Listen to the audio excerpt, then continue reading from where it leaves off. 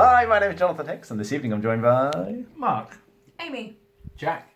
Steve. And we've just finished playing Pictomania, which is all about drawing, but there's a bit of a twist on this one. Now, we're going to give you like a demo round to explain how this works. There were these cards that are handed out that are going to correspond to some of the numbers on this grid. Now, everyone looks secretly at their cards, so no one else will know what this is, but I've got 6 on the kind of wiggly lines. So we're going to have a look, and the wiggly lines are at the bottom here. So my one is number 6. Now, no one else will know that that's mine. The tricky thing is I am going to get them to guess this one, but look at all the other things on that card. They're all quite similar. So that's what makes it difficult. And you can see on this one over here, these are all different kinds of vegetables. Anyway, so everyone's got an appropriate thing. And then now we know what we're drawing, you kind of say 3, 2, let me get my pen lid off.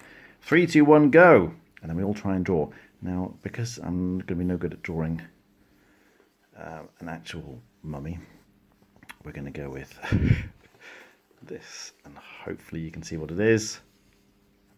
All right, now I finished drawing, so I'm just going to turn this around so everyone else can see it. They're all simultaneously drawing and turning around, but now that I finished, I can guess. So this, I think I know what that is. So then I've got to find the right card. So looking over here is one of these. Oh, there we go. I think it's that one there. So then I look through my cards here, and I've got a number for each of the different possible things. It's only the number you've got to guess. So I reckon Steve is that one, and I put it face down.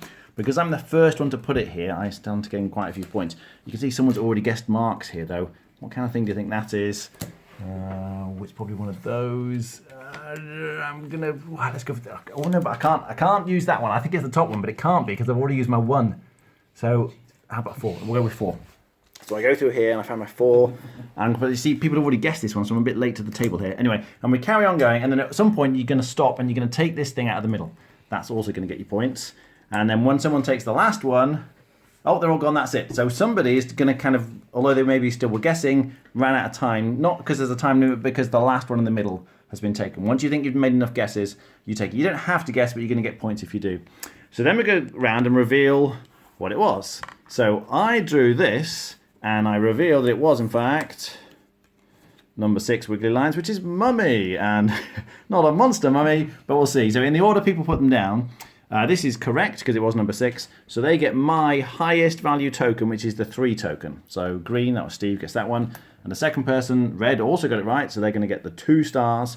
Was there a third guess? So these, unfortunately, because my diagram was not good enough at the end of the round, these ones that weren't guessed from mine are going to lose me points. They're going to be minus points. You want everyone to guess your drawing, otherwise you're going to lose points. And everyone kind of goes around doing this. So here, I was the last person to guess. So you see Mark, was it number 4, Mark? It was solar pop. Okay, so green gets the most points, then red, then pink. And unfortunately, because I was slow to guess this one, I'm going to get his lowest value point, which is only 1. But I was very quick at guessing Steve's, I think. So we reveal what Steve's number was. Number 1. His was 1. And yes, you see, I was the first person to get it, so I'm going to get his highest value points. So you need to be quick to guess everyone else's drawing, but obviously quick to do your own, but you also need, your own drawing needs to be good enough that people are going to guess it. Now you play this over a few rounds, and you kind of add up your points, bearing in mind the negative points, and you sort of score over each round, and at the end it's most points wins.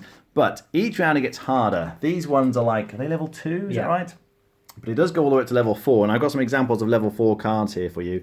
So you can see we've got, you'd be doing one of these, so theologian, philosopher, statistician, psychologist, and you'd have to draw one of them and make it distinct from all the others. You know, you could draw a kind of clever person maybe, but how do you distinguish a sociologist from a psychologist? These get very hard.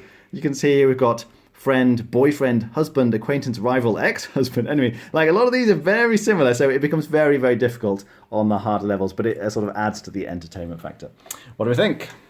I think probably Steve described it the first time you play it. It's a bit like Telestrations, but more gamified, because you are ultimately, and like Telestrations, which you play as an activity, in my opinion, this you are sort of playing to win while also playing as an activity. The rules teach is a little complex. Understand the fact that A, you're trying to guess the people's at the same time as doing your own. B, how the points work. If multiple people get ones wrong, the person who gets the most wrong becomes a black sheep, and the one they take from the middle becomes a negative. So there's a few more rules tacked on around it. Generally, it's not too bad, and once you've done one round, it's fairly easy.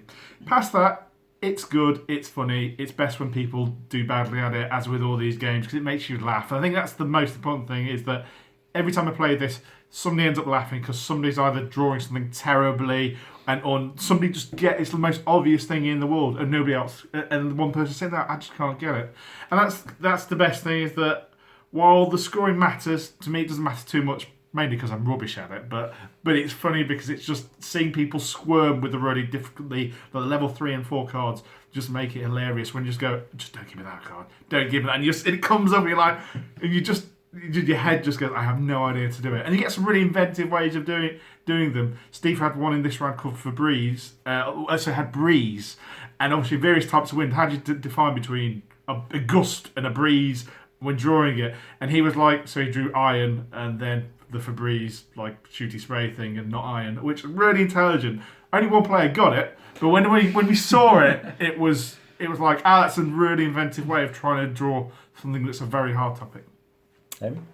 I always like drawing games, so you can't really go wrong with this. But I agree with Mark when he says that there's a bit more of a dedicated scoring system in this game, which really sets it apart from the rest.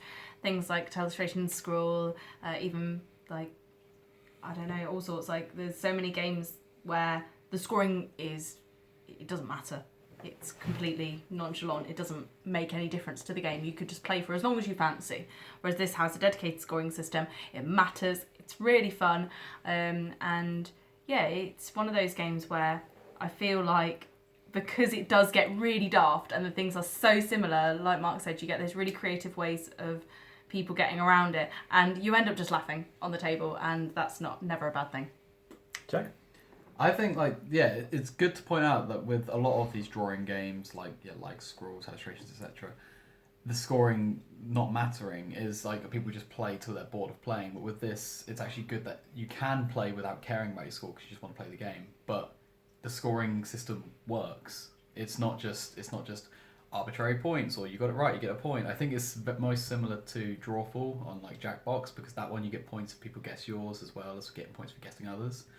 And it's really good, and it does point out once again that with myself and these sort of guessing games, I end up going far too abstract for everyone to get what I'm on about, which is always funny to see. Steve? It's close between this and Illustrations as to how much fun I have. Probably slightly ekes in Illustrations, but for a game, Illustrations is more an activity you can play, have a bit of a laugh. A game, it's really good, and if you're bad at drawing, it's probably one of the only drawing games where bad at drawing people can still win. You can just do a little squiggle and then guess and get all the 3 pointers, and then come back and maybe improve your drawing if people aren't guessing it. You can be an excellent drawer and not make anyone guesses and come last in this game, because by the time you've drawn your delicate, intricate thing and you've gone around, you've made the best educated guess, you've just run out of time. All the tokens have gone, and you just don't get rid of enough of your points, or you don't get enough of other people's high scoring points. It's really good, and that's panic about, oh my god, these worlds are all super similar, how am I going to distinguish them? I can maybe get someone to try and guess breeze if we're playing charades or something, because they can make long guesses. They can go gust and no, close, keep going. In this case, they've got one shot, so you've really got to distinguish them. And one of the best things about this game, it didn't actually happen to me today, but sometimes, Mark's a 4, and then you go around, oh no, Amy's a 4, what the hell's Mark? And you get that bit, and you get the panic, because once you've put your 4 down on one person, you can't then put it on someone else. So not only am I going to get Mark's wrong, I can't get Amy's right, and you get that massive panic. So all in all, I think it's fantastic. Rating? 8 out of 10. Yeah, 8. 8. I'd also give it an 8. I would just point out, I don't think this is the current edition anymore. I think the current edition uses pads rather than erasable pens. I did remember rightly. Okay. Yeah, I love it. I'm a big fan of drawing games generally, and obviously if you don't really enjoy drawing, that's going to be an issue. But as long as you do, I think it's fantastic. You get the idea with the nice, easy cards to start with. It's like, oh yes, I can draw a spade or a fork or whatever it is. And then they gradually get hard. It's like, oh crumbs, how do I do that? You get on to level 4, it's like, oh my goodness, I'm never going to manage to draw that. But then you realise everyone else has got an equally tough job. And so although you're going to have to take a lot longer, and you really have to be creative and think, how can I convey the difference between staff and employee or whatever it is. And so you have to take more time over it, but because everyone's taking more time of it, it works. Like it doesn't feel like you're ever taking too long or waiting for people. Most people generally take about the same amount of time. And Steve's right, you can't take too long on your wonderful drawing. You need to do something that's going to work and then guess, because it's a race to the finish, if you like, in terms of guessing other people's drawings. So I think it's a great package. As a drawing game, it doesn't get much better than this. I would be on an 8.5 out of 10. I think it's great. All right, thanks for watching. That was Pictomania.